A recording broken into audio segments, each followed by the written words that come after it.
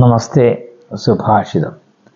ആയു കർമ്മഞ്ച വിത്തഞ്ച വിദ്യാനിധനമേവ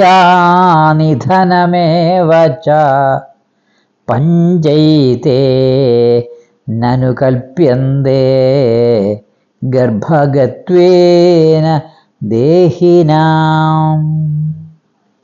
5 കൂട്ടങ്ങൾ ഇവിടെ പറയുന്ന 5 വിഷയങ്ങൾ ഗർഭകാലത്ത് തന്നെ കൽപ്പിക്കുന്നു എന്ന്. അതായത് ആയുസ്, വ്യാപാരം, ഐശ്വര്യം, വിദ്യ എല്ലാം കഴിഞ്ഞിട്ട് പിന്നെന്താണ് അവസാനമുള്ളത്? മരണം. അപ്പോൾ ഈ 5 കൂട്ടം കാര്യങ്ങൾ എന്തൊക്കെയാണ്? ആയുസ് ഉണ്ടാവും, വ്യാപാരം, പിന്നെ ഐശ്വര്യം, വിദ്യ, മരണം. ഇതെല്ലാം ഗർഭപാത്രത്തിൽ നിന്ന് തന്നെ കൽപ്പിക്കുന്നതാകയാൽ ദേഹികൾക്ക് നിയന്ത്രണ ശക്തിയില്ലെന്നറിയാം.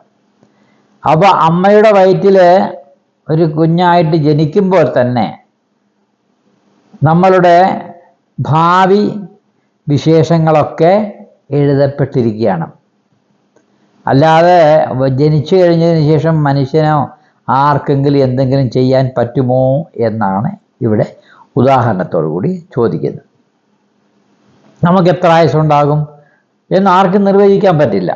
നമ്മുടെ വ്യാപാരം ഏത് രീതിയിലായിരിക്കും ഒരിക്കലും പറയില്ല.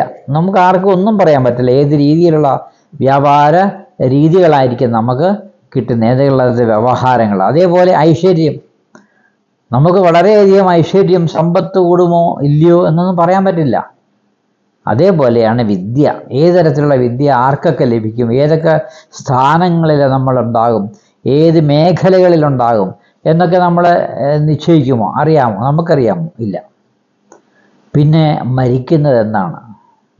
അപ്പോൾ ദീർഘമായ എത്ര കാലം ജീവിക്കുമെന്നുള്ളതും എപ്പോൾ മരിക്കുമെന്നുള്ളതും വിദ്യയും ഐശ്വര്യവും വ്യാപാരവും എല്ലാം എപ്പോഴാണ്? ഗർഭത്തിൽ ഇരിക്കുമ്പോൾ തന്നെ ആ ആളിൻ്റെ തലയിൽ എഴുതി വച്ചിരിക്കുകയാണ്.